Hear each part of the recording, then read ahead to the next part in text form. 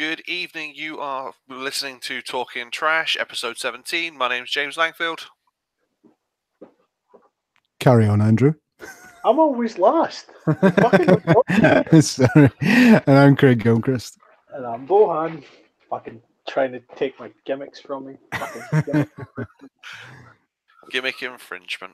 I don't think we're going to get any lawsuits from this. I mean, after my ridiculous rant against Lionheart, aka Adrian McCallum, and nothing happened. Yeah, I think it just shows you how many listeners we actually have. Exactly.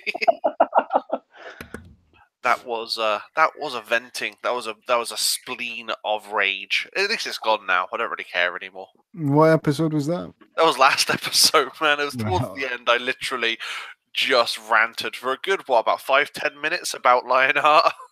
And then he popped up this week, and all I could think was, yeah, we had a podcast last week. Well, not last week, the week before, where someone called him a real piece of shit. And it wasn't me. Exactly. I'm sure we'll come back to Lionheart because I've got some stories about Adrian. Yeah. I'm sure you do, and I'm sure we're going to end up having to have him on at some point when he finally hears about it. Anyway, so tonight we're going to just chat about World of Sport Wrestling. Has been brought back to British TV after a very long hiatus. So we've had the first 2 episodes so far, both last Saturday and the Saturday before. What have you? Well, tonight, yesterday and last week. I've enjoyed it. It's not been brilliant. I have to admit. For some reason, I think somebody's addicted to jump cuts to different cameras. It seems as if somebody's tripping balls and wants to go to every single camera possible as quickly as possible. Well, ITV didn't want to run this at all, so I kind of feel like they're trying to induce seizures in the hopes that it will get it cancelled somehow. All right, are we going full steam? Are we just going to get into it? Yeah. I think we'll just get into it because I mean, my personal opinion, it's been okay. It's not fantastic. It's watchable, and it's good to have British wrestling back on mainstream TV.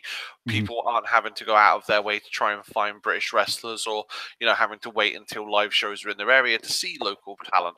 We're actually getting to see British wrestlers who are popular, and we know some of them from their time either in indies that we've seen, or on WWE, or even Impact Wrestling. We have seen them around, so we know of them. So it's not as if they're bringing complete newcomers. There are a few guys that I've never heard of before, but that's always going to be the thing when you're having this sort of product. Like I said, it's watchable, it's okay, it's not groundbreaking by any means. No. But hopefully, something can come out of this, and maybe we can have a season 2 some point next year. Who knows? I think this could draw 10 million viewers and it wouldn't get a season 2. They didn't want it on in the first place. The fact that it's on feels almost like it's an obligation that they had taken on, and it feels almost like they were trying to compete with NXT UK based on the timing of saying, yeah, actually, you know what, let's just do it. It's one of those things that, it's great to have a place for British talent to go that isn't WWE, allows them to stay here, and it's going to be good for the indie companies when they can promote people as having been on TV and draw bigger crowds. But at its root, this has bad TNA over it. It's got like the worst aspects of TNA's production and not really having a clue what's going on in terms of storylines all over it, and you can tell that Anthem's a big part in this as a result. No, I think you're bang on. I think that its biggest problem is that it doesn't know what it is, or certainly the production crew don't really know how to deal with whatever it is. Because if you look, the problem isn't in the ring. The action's actually pretty damn decent, apart from Adrian. Well, I mean, he's got to be there somewhere. I mean, if you run a British wrestling show, it's kind of... If you run a British wrestling promotion, it's kind of inevitable at some point you've got to book. Oh, yeah. No one's he's going to turn up. Shit, I just realised something. What? He can now book himself on his own shows with the World of Sport Wrestling logo saying that he's been on fucking TV. Oh yeah, you can guarantee that every Pro Wrestling Elite poster that gets released in the next 2 years will have TV's Lionheart on it. But anyway, back to my thought. Like the problem is the production. They've treated it like supermarket sweep, because if you look at the audience, they aren't wrestling fans. There might be 1 or 2 like sitting about that might have their arm raised, but there's no chance. No one in the audience is getting into it. The biggest thing that they could possibly do is start to tour, to actually take it on the road. They didn't have a clue. Here's the issue: they didn't have a clue how to run a wrestling show. They don't. Absolutely, They haven't and it's showing. any experience of doing this at all. Quite clearly. Mm-hmm. Yeah, they've got a game show crowd in. They've got Ant and Deck takeaway crowd in to watch wrestling, and they're not getting into it. But part of the problem that they can't get into it is because the promos aren't there. I mean, at least last week I think there was one promo in last week, and then this week there was nothing as far as I saw. Maybe one. Yeah, there was one promo. There was the Shah Samuels promo, which led to Joe Hendry coming out. Yeah, so probably the best thing that they could do for it is add a second hour, so at least then you can pace your action. You can, intersperse it with your promos. But right now, it's just only problem is, Craig, that would be fine for season 2.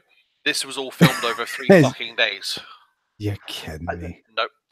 It was done in the May. Well, I've got it here on. What was it? They filmed it over 3 days. It was May 10th, 11th, and 12th. So it's not even been in the can that long before they stuck it on TV. So it's not as if it was in post production for that long. It's come out July 28th. Why is it not done every week? Like they used to do SmackDown. Precisely. I don't know why they can't record one a week. I mean, you get people coming in. If you comped some tickets to people who genuinely want to be there, that would be fine. But the fact that is was an expense that ITV didn't want for what's an experiment that they're probably not going to continue regardless of how well it does. I mean, we have to face facts here. This isn't a show that was intended to do well. And the hallmarks all over it, because even then, right, we said that they didn't really bring in people who did wrestling. They've got SoCal Val on commentary rather than doing what her actual job is as a ringside interviewer. And they've that woman who interviewed Gabriel Kidd, and genuinely, like, that was the most painful ringside interview I've seen in fucking 30 years of watching wrestling nearly, and I watched WCW as a fucking kid. Mm-hmm. Yeah, it's like I say, it's not good. I mean, maybe in the next 8 weeks we've got left to watch this, it will get more polished as it goes on. Probably won't. It's already what it's going to be, because obviously, like you said, it was filmed over 3 days. But I mean, everything about the production bugs me. It's the matches seem, well, we all know it's scripted in quotation marks, but these matches seem overly done, and that the hard cam fucking bugs me because it's at the wrong angle. It's like 10 feet too low to get a decent shot of the action. Just everything about it bugs me, apart from the in-ring action. Do you know, there was one thing that really came back that I didn't expect I would ever see again in my lifetime that really bugged me? During the ladder match, the hard cut. Oh, God. When they put fucking Adrian into the ladder, and I'm watching it and I'm going, oh God. It's like watching Sunday Night Heat on Channel 4 at 7 o'clock again. Mm-hmm. This is, oh my it's God. Like watching, it's like watching Raw at 9 o'clock in the morning on Sky 1. Yeah, that's the only Raw I get to watch. But no, did you watch it today or last night anyway? Yeah, well, I watched it last night. I recorded it and watched it, but it was okay. Well, I was watching it and I was like, how did they do takes? Is this like take 3 the same stunt to try and make it look a bit better? Is that why the audience aren't getting into it? That's the feeling that I get, as if it's sorry guys, we didn't get that right. Okay, action. It wouldn't surprise me, honestly. It really wouldn't. It's ITV. It's a fucking X Factor. Britain's Got Talents at taking wrestling. It just doesn't. It clashes. It's not modern. Oh, no. It feels very much like Celebrity Pro Wrestling has come back to ITV, but it just doesn't have anymore. But I mean, when one of the guys is from fucking Love Island, what do you expect? Oh, right. I thought they were making a joke because he looked like a twat. Right? No, he genuinely was on Love Island. Dear God, why? And I mean, and Alex Shane as well. Can we take a second? Because I said this before we went on the air, right? But I watched a lot of WCPW, and the one thing I really didn't enjoy was Alex Shane's commentary. Who watched that and went, you know what? Let's take their commentator. He seems like he knows what he's doing. Mm-hmm. Mm-hmm. But I have to say, I mean, yeah, the production value is for shit. It's got a crowd that don't really know what they're doing. But like you said, the in-ring stuff is good. I mean, going back to the very first show, the match that Will Ospreay and British Bulldog Jr. had, really enjoyed that match. Well, I mean, again, you put the two of them in the ring. How are you going to get a bad match out of Davey Smith Jr. and Will Ospreay? You'd really have to fuck that up. There's a reason that both of them are over in New Japan. They only come over and did this almost, it feels like a favour to certain people. Oh yeah, I think it was one of those things that they gave him the name, British Bulldog Jr. just so we can all go have that nostalgia of going, oh yeah, Davey, you were amazing. Your son's pretty good too. I'd rather see him just turn up with the Killer Elite Squad and start stomping people, but at a family show, I don't think it's going to happen. No, I mean, it's just one of those things right now. It wouldn't surprise me at all if somewhere above the ring is a little thing saying chant this, applaud here. Found it. Right. Okay. Simon Marsh is one of the executive producers. Sorry, the first Simon Marsh that I found was from the Groin and Hernia Clinic. Obviously, that's not him. But Simon Marsh Filmography, Ninja Warrior UK. Oh, there we go. Stand by Your Man, A Night In with Ollie Moores, and Celebrity Super Spa. That explains it. That explains so much about how this has Doesn't been it? It really does. It kind of feels like, and that's the worst thing, right? So wrestling, when it mimics reality TV, gets to that horrible, cringe-worthy TNA level. Like, and I'm talking like the AJ Styles, is he the father? Like sort of storyline level. What, the Grado trying to marry an American so he can stay in the country, only to realise he'd married a Canadian. See, to be fair, that was at least funny. Oh, true. Guys. If nothing else, that was at least funny. Like the whole aesthetic of this is like sort of car crash TV for 5 o'clock. You have no idea how spot freaking on you are right now. Tom McLennan is the other executive producer. Tom began his career in 2000. Guess what he created in 2005? Love Island.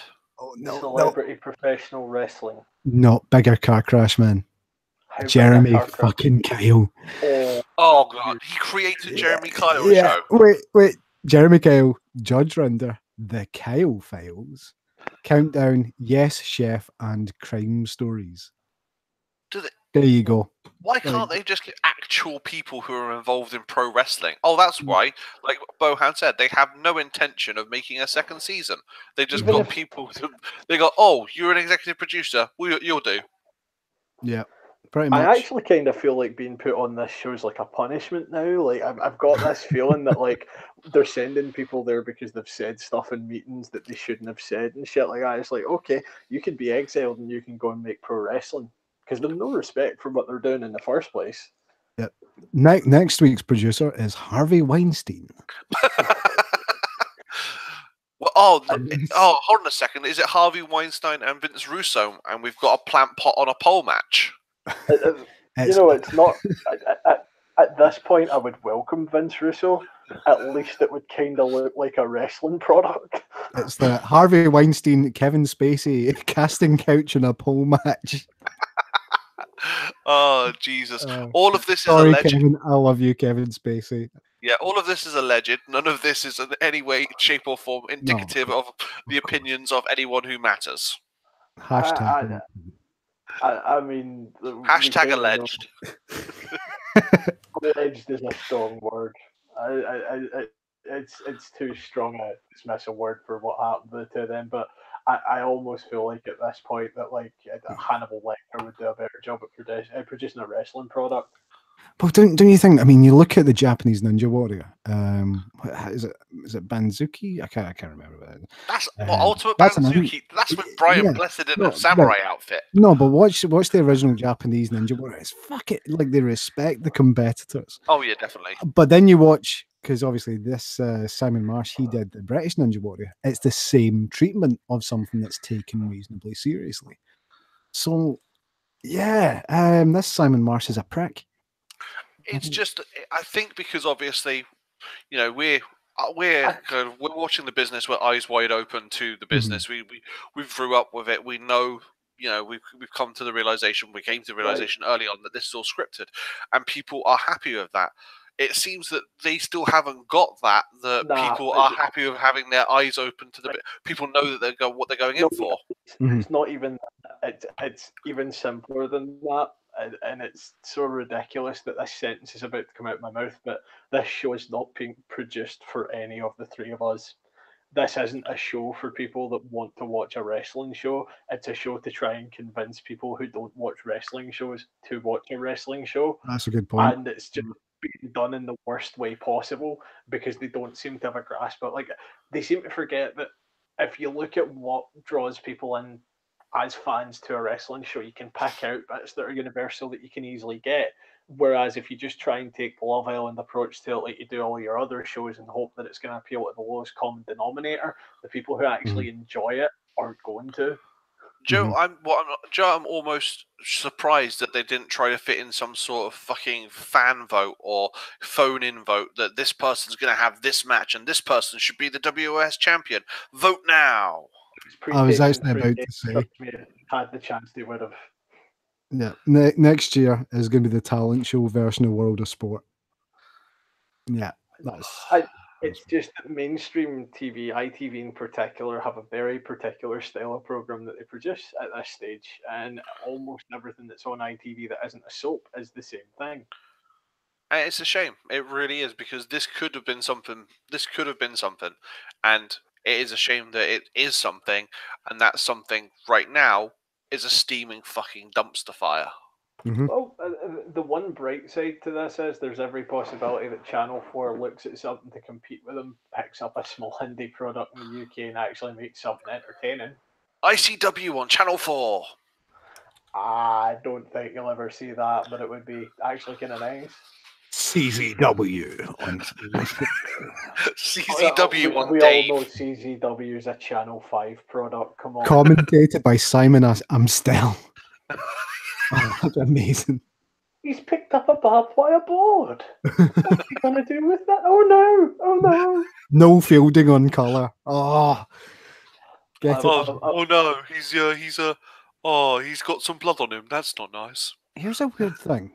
One of the other production companies, well, it's ITV and Top Rope Sports, and I can't find anything in Top Rope Sports. Probably a shell company put together just for this purpose.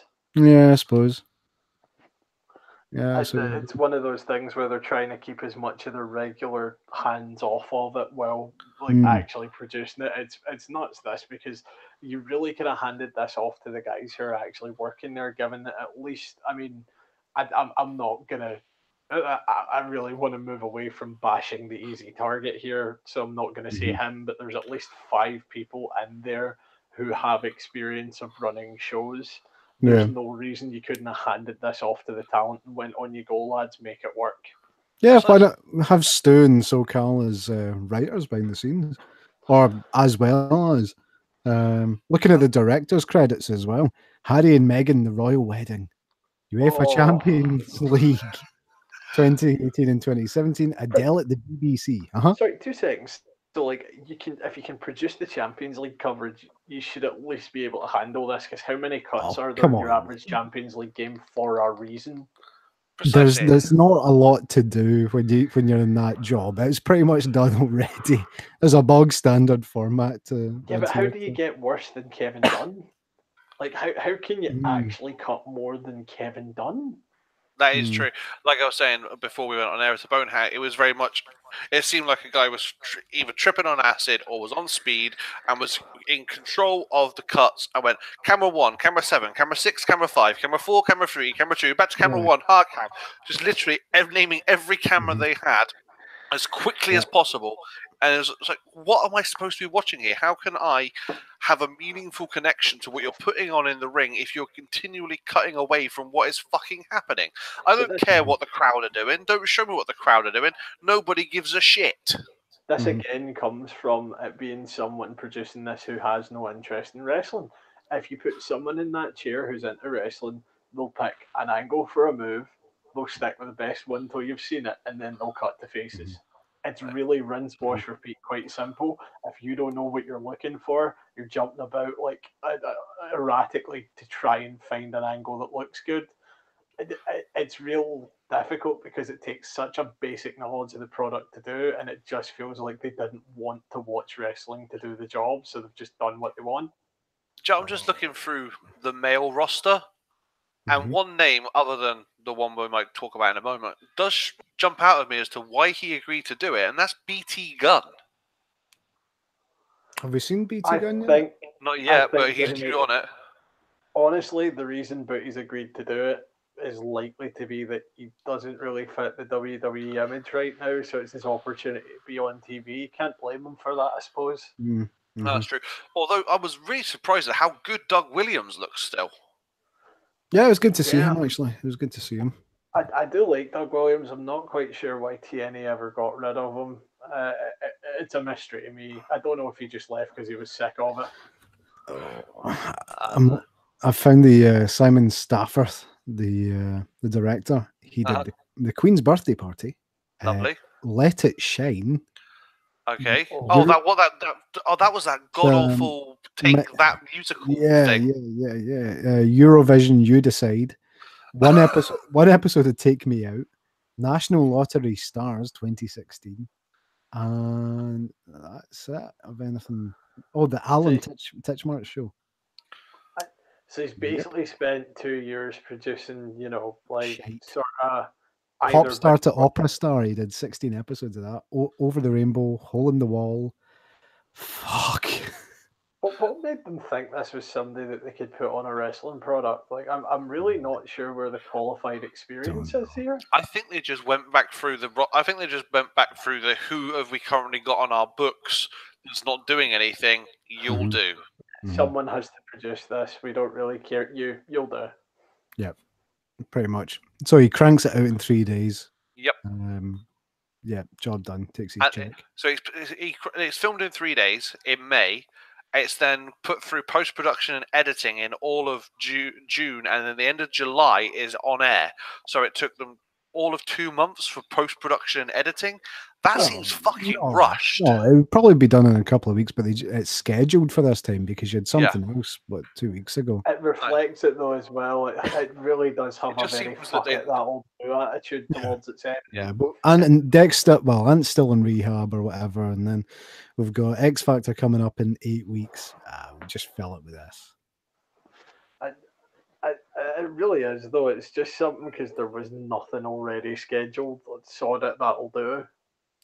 And it is, like so, it is a shame. It is watchable, and we're wrestling fans, so we're going to watch as much product as we can.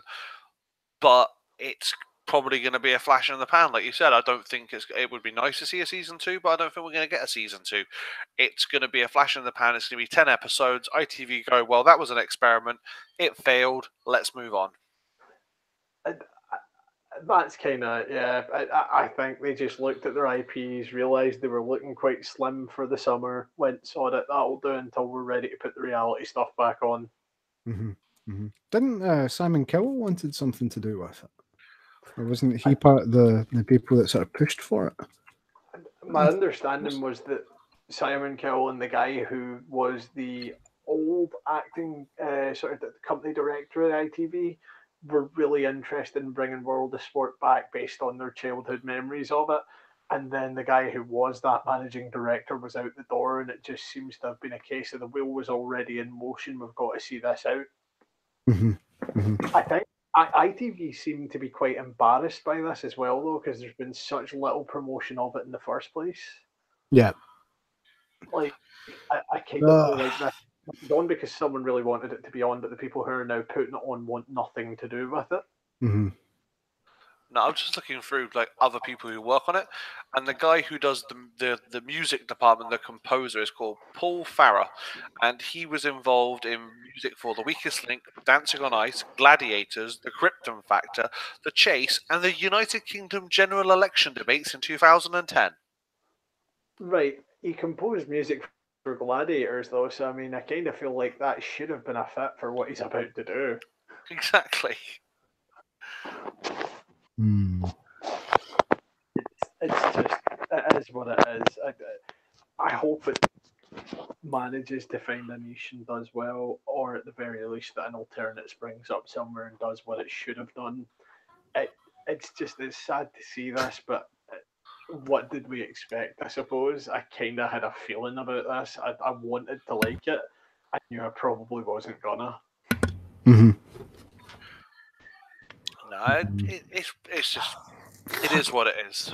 But it's the action's decent when you get to see it all without hard cuts. But fucking It's just not there production. though. I mean, even the most basic tenet of this, which is enjoyable, is rendered unenjoyable by the production style. Mm-hmm. Mm-hmm. Also, like that ringside interview was pained. The commentary at a lot of times feels pained. The structure of this whole thing feels pained. Mm-hmm. No, Yeah. it is a shame. I think we've kind of shit on it as much as we can and spoke about as much positivity as we possibly can. I can't really. Shit I on can't. it, right? It's great that these talent have got somewhere to go and there's lots of positives to take from it. But if the product's bad, it doesn't matter how good what else is going on round about it is. There's only so much glitter you can put on a turd. Bingo. Yep. Yep. Oh, it's James Gunn's birthday. Oh, happy birthday, James Gunn. Yep. He's probably just chilling at home. That's a shame. Seeing as we've talked about the world of sport and we are a wrestling podcast, I was reading the results from Raw last week when Brock Lesnar finally decided to show the fuck up. And what was it? At the end of that match, at the end of that confrontation, you've got Brock lays out Kurt Angle with an F5, is then choking out Paul Heyman, and it's in Miami, so it's his home state, but still, you've got fans chanting, "We want Roman." Somehow, inexplicably, Roman managed to get over. I have no idea how the fuck that happened. No, where did you hear that? It was legitimately people who were there said they were chanting, "We want Roman." No, don't believe it. No, even on Bleacher Report, they were putting it in the review. Yeah, how many people was it? Because was it local? Was it 10 people in the one spot, or was it like the? I highly doubt that the entire. Or where's Roman from? He's from Miami. He's from Florida. He's from Pensacola, Florida. Right. Okay. So they actually had to go to his home fucking state to get him over. No, what they're doing everything. They had to leave that belt on Brock Lesnar for this length of time for them to find something that they felt would get more attention than a CM Punk chant. That's what happened. Let's be honest. No, they are doing absolutely everything in their power to make Brock Lesnar the heel in this. They go to any other state in America and he will still be cheered over Roman. You know it's the lesser of two evils. Finally happens as well. We're going to have a repeat of Mania where, they boo the shit out of Roman for about 20 minutes, and when he walks away with that belt, they cheer whoever runs down with that briefcase like it's Sheamus again. Yay, Braun Strowman's going to get the title. Hooray! It could be, it could still be fucking Kevin Owens. It could be Kevin Owens. Oh, yeah.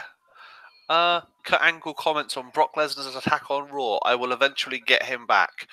So if it doesn't happen at SummerSlam, look, let's have a WrestleMania rematch. Kurt Angle versus Brock Lesnar. Do you know what? I'll take that so long as it's not for the belt. Exactly. Just a two guys wanting to fight each other, but Kurt Angle wanting to get revenge. That would be interesting. The match they had at Mania minus Lesnar landing on his head like a lawn dart was amazing. That was a very good match. Also, according to this, an NWO reunion is potentially in the works. Get rid of Hogan. Please just do it and be done with it. Come on. No one wants to see him back. Your talent are offended that he's back. Your audience are offended that he's back. Yeah, Hulk Hogan was spotted out. Hulk Hogan and Kevin were both spotted outside of Hogan's beach shop on Thursday, and Hogan's beard is black, just like it was during the peak of the NWO. The NWO, you're going to have to chuck a comma in between N and W because it now means no, whites only. No, I'm just looking at the picture now from Wrestling Inc., and it clearly does have Hogan with his blonde handlebar and the black 5 o'clock shadow that he had when he was in the NWO.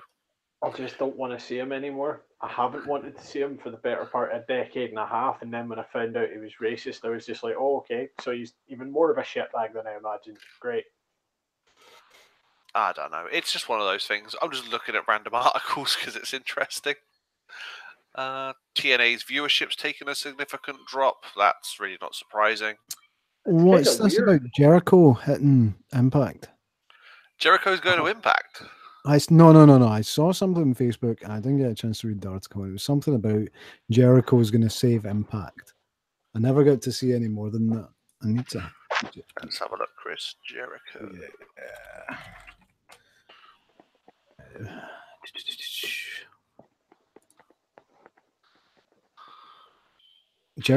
Chris Jericho's role in Impact Wrestling changes. Oh no, he's got Impact talent on his cruise. Oh, right. Okay. And apparently Chris Jericho is responsible for bringing Don Callis to Impact Wrestling. Right.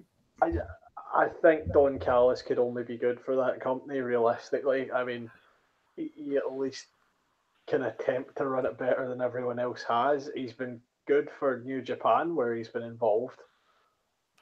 That's nice. Just look, it's just random stuff. I mean, Jericho's interesting. I mean, he really doesn't have to go back to WWE at any point anymore. He's done. I think he will. Of course he will. It's where he's made his most popularity, but he has no need to. I mean, he could go off. Is he still the IWGP Intercontinental Champion? My understanding is he is. I've not seen that it's changed hands, but like for what it's worth, by the way, can we take a second just to really what a classy move for Chris Jericho? Like I'm going back to New Japan was a big deal. It turned a lot of Western eyes back onto that product in a way that hadn't been in a while, and it's all just because he appreciates that they gave him the best start he could have had, and that they actually showcased his talent when he was stuck in the hellhole that was WCW at the time. Yep. No, he is still the IWGP champion. He's done a lot with his profile to go back there and be like, he's made history with that, Jericho winning the IWGP Intercontinental Champion means that he is the first and currently only professional wrestler to have held both WWE and IWGP Intercontinental Championships. Cool. I think they'll eventually put the IWGP heavyweight on him before he disappears from New Japan as well. Is it Kenny Omega currently the IWGP champ? I believe so at this precise moment. Yeah, because I mean, apparently they had a very good match. I haven't seen the Wrestle Kingdom 12 match. It was fabulous. No, hang on. Is it or is it Okada that's got it right now? No, I'm just looking on Kenny Omega. It's saying he's the current IWGP heavyweight champion in his first reign. It's been ping-ponging a little bit between Okada and whoever's sort of relevant. It's been kind of how it's been. Okada's became the new Tanahashi. Okay. Let's have a look. I'm just looking through Wikipedia. Blah blah blah blah blah. Yeah, blah. Yeah. Kenny's still got it. Kenny's still got it, and also they've got Tama Tonga, Tangalau, and King Haku made their own group as well. Yeah, they're basically just claiming they're the OG Bullet Club. They are the OG Bullet Club, to be fair. That's true. Oh, although I did like when Finn had, I've forgotten his name now, Gallows and Anderson, and they had that T-shirt saying OGBC. I did like that. It was a nice little WWE going. Yeah, we had him. We know that Finn was Bullet Club leader first. We'll just make a little T-shirt so it says it means original Balor Club. But no, you all know it means what? Original Good Brother Club. I just like it. I think they missed the trick. I was really disappointed that they split up that Balor Club so early. That could have been something, and it just went nowhere, and it was a shame. It was, but you knew it was going to happen. You knew as soon as you saw it, and you're like, I'm happy with this. Oh shit, I'm happy with this. That means it can't last. That's true. For some reason, I don't know what it is, but they don't like factions in the WWE. I'm surprised that the New Day have lasted as long as they have, as well as that Sanity's now around. I think we're going to see a return to faction warfare coming up because we're about due for it. It's cycles, isn't it? That is true. Do you reckon they'll have something like Ring of Honor have a 6-man tag championship? I don't think they could book a 6-man tag championship well enough to justify having it because they struggle with the belts they already have. That is true. But we have got that women's only pay-per-view coming up, Evolution. Sounds interesting. I am quite excited for that, for what it's worth. Apparently, there's talks that they're going to introduce the women's tag team at that point. I mean, what was the last time it was there was like the 80s, I believe. Bomb Angels held it for a good chunk of it.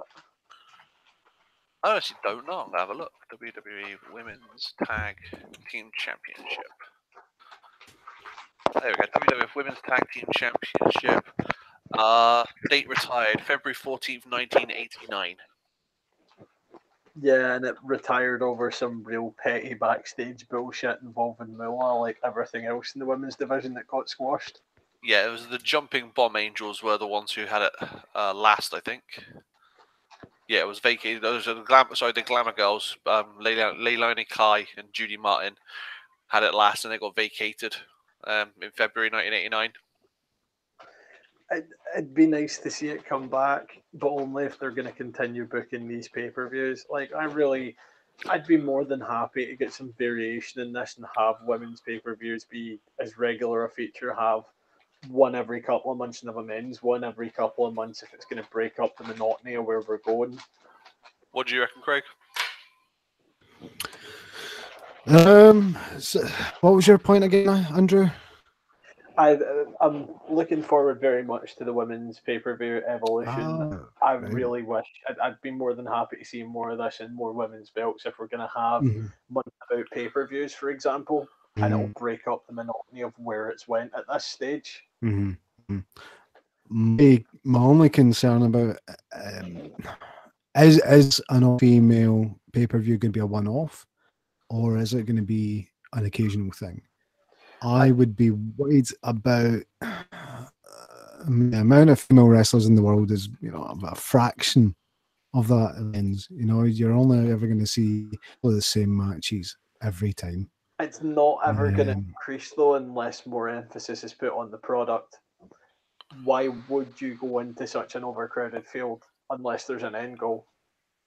That is true. I can see your point. I mean, no, I'm sorry. I didn't really question your point. Like, why? Well, if there's no proof that there's an audience for the product, why would they? There is, though. Just look at Joshi. And no, Japan. But that's what I'm saying. You had said that. Fuck, I can't even remember. I'm too fucking tired for this. I mean, look how well the Mae Young Classic did in terms of viewers and stuff. There is a market for it. The talent's out there. I mean, you've got to give them a platform to reach for. There is a market, but how often is it going to be? I think it's a bad idea to separate them.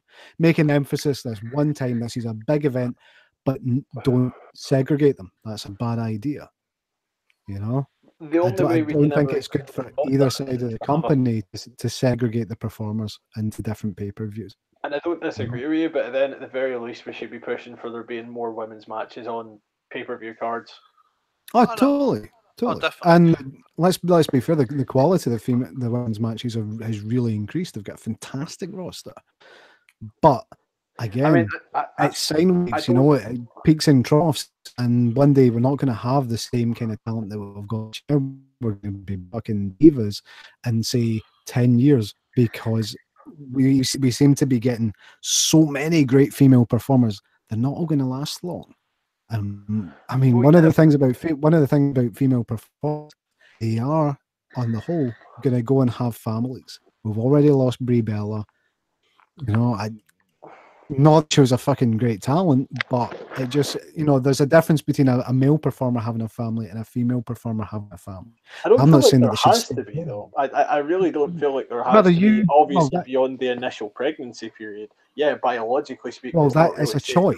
When you're pregnant, but once you're not pregnant, I'm not saying they should stay at home, man. I'm just saying that on the whole, the majority of women make a choice to stay at home, and they couldn't be blamed for that. I think saying the majority of women make a choice to stay at home after having a kid now is a very archaic viewpoint that frankly doesn't reflect. But it's not because it's provable, Andrew. It's really. And it actually is, Andrew, and I can send you some links right now if you want. This isn't the forum for debate on feminism, but I'm just saying. Okay, practical. Guys, come on. Let's get back to wrestling, okay? I have already named one performer that's had a baby in the last 5 years. Yes, the one performer that's actually had a baby and not returned, Andrew. Because that performer had a baby. One performer had a baby. One performer stayed at home. Had a baby and didn't come back. Name me another sex. On you go. Guys, can we stop arguing about this and get back to wrestling? I mean, we can go because it's a good point about the future of the talent pool. No, I get where you're coming from. I do. I can understand both sides. I'm trying to just be a mediator and trying to stop it devolving into an argument and trying to stop it devolving into a slanging match. I don't mind, well thought out debate, but you guys shouting at each other, trying to get your points across, isn't what the podcast is about. As long as we're having a well thought out debate in which both parties are being civil towards one another, I've got no problem with it. I don't want this to devolve into an argument that we can't come back from. So yes, women do choose to go off and have a family. I understand that, and some of them decide I want to stay at home. I don't want to go back to being a professional wrestler. I don't want to put my body through that. I don't want to risk my body. I don't want to risk I don't want to risk my safety, which then look at exactly. I mean, you've got Daniel Bryan and Brie Bella. Brie has decided to stay at home and look after the baby. I get that 100%. Daniel Bryan decided he wants to be a wrestler. He wants to carry on there. But what if Brie had gone back and then she had an injury, which meant Maurice, exactly. You got Maurice. Maurice isn't on TV as much anymore. Yeah, they came on, they had this whole thing, but Maurice has come back and goes back and forth, and they've got their own reality show with their kids. Well, sorry. But, there are women who... Mickie James is a prime example. She had 2 kids, but she came back and she's become a wrestler. She's gone back to being a wrestler. But she is not a stay-at-home mum by any stretch of the imagination. Exactly. It's personal choice. I don't think you can just project that belief that all women are going to choose to stay at home as a reason not to have women's pay-per-views. That sounds like something you'd hear on Mad Men. Frankly. But that...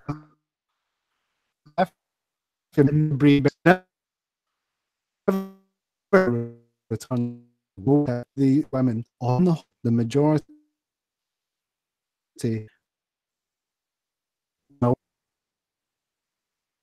I mean, you can argue that in...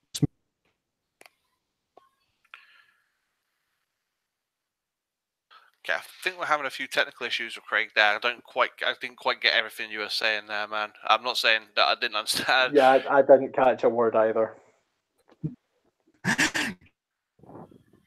And that was not just because I thought it was bullshit. That was literally because the technology disallowed the statement. Sorry, go ahead, man. I think what I said was the difference James and Maurice is in the whole. And some will stay as a family, at least let family. Time home for the rest of life is doing it. But and what my point is that with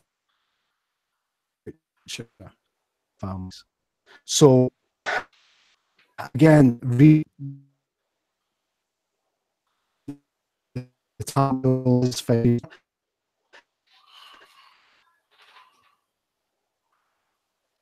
Yeah, gross generalizations aside, we're getting nothing from you here. It's just breaking up every time you speak.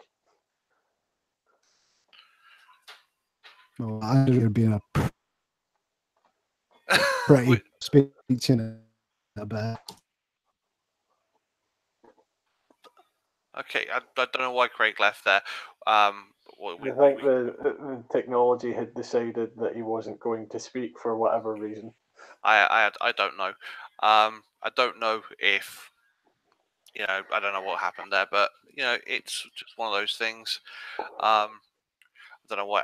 Sometimes people come in and out. It happens. Yeah.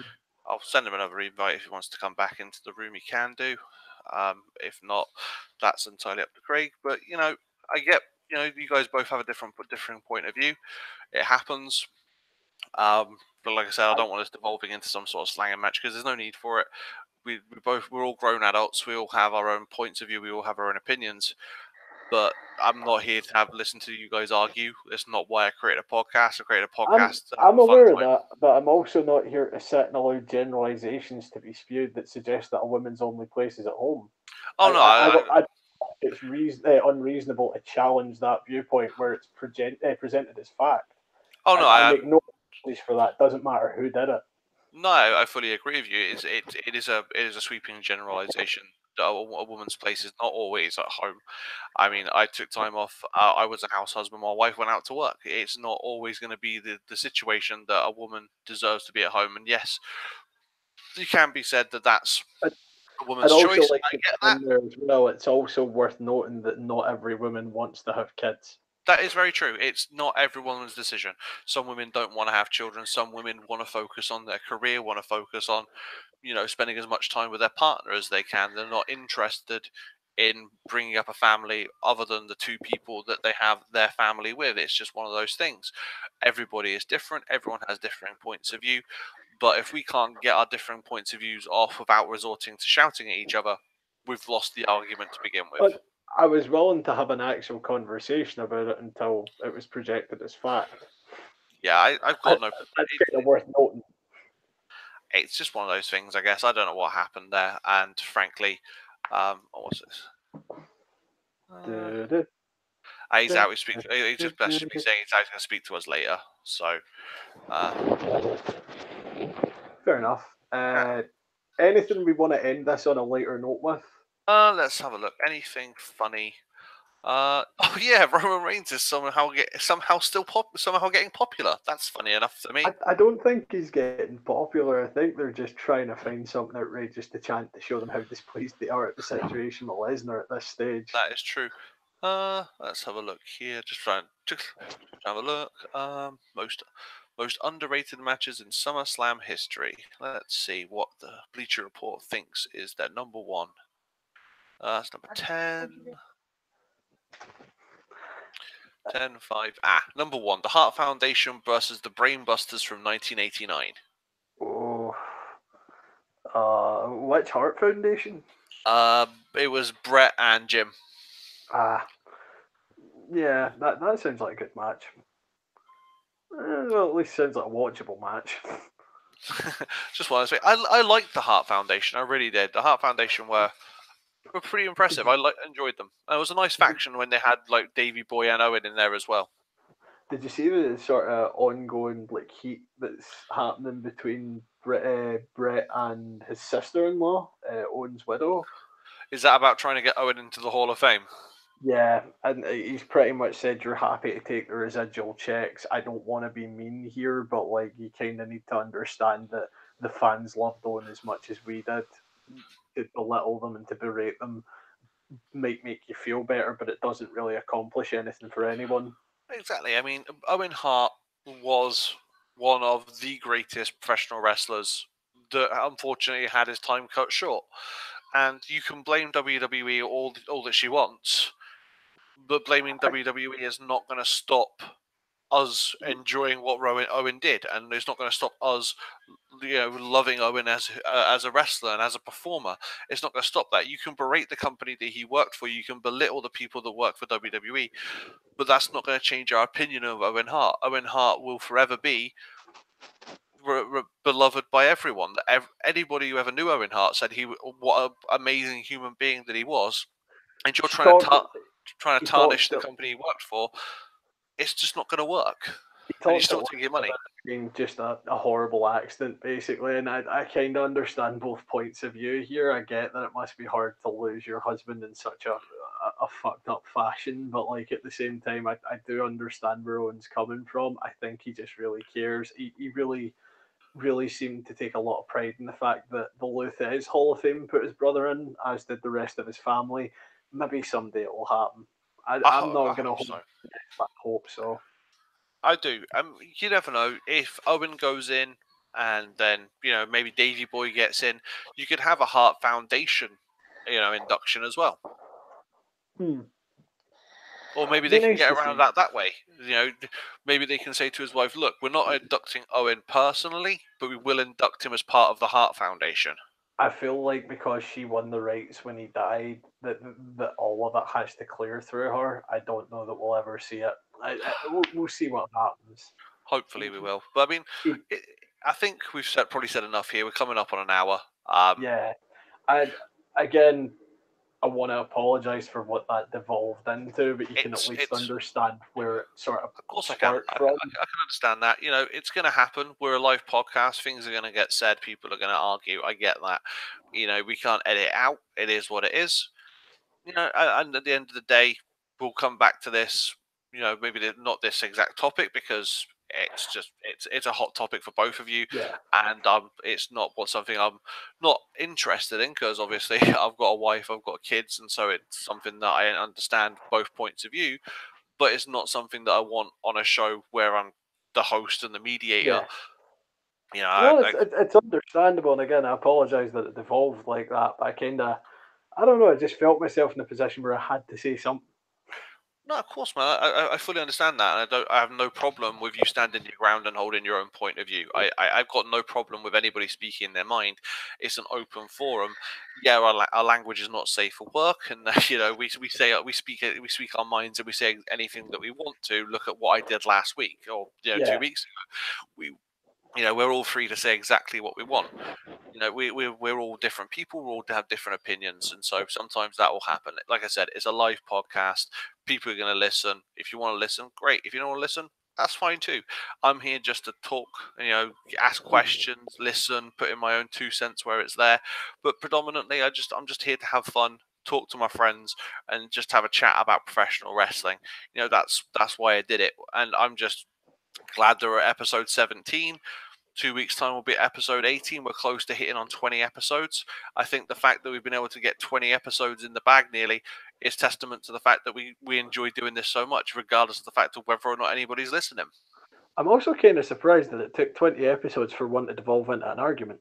I am too, actually. You know, the amount of times that we've had differing opinions on our lists, and most of the times when we have those, we don't argue. We banter around and we have a joking, but none of it's ever got to a point when we're so vehemently opposed to another person's choice that it's devolved into an argument.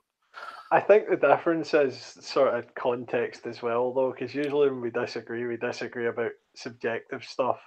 Precisely. This broke into a conversation about gender roles. Yeah, that's that's a whole other topic for a whole other podcast. I think that would probably. Also one that I feel like we should actually have a female perspective on. So the next time, if we are going to discuss this, let Claire be there. I'm happy for Claire to be there. I mean, actually, what was I going to say? My wife was saying that she would be interested in having a discussion with Claire, have 2 women on the show talking about professional wrestling and how, you know, Claire said a few opinions about the women's only show as well. So it'll be interesting to get kind of differing opinions from 2 women who enjoy professional wrestling as well.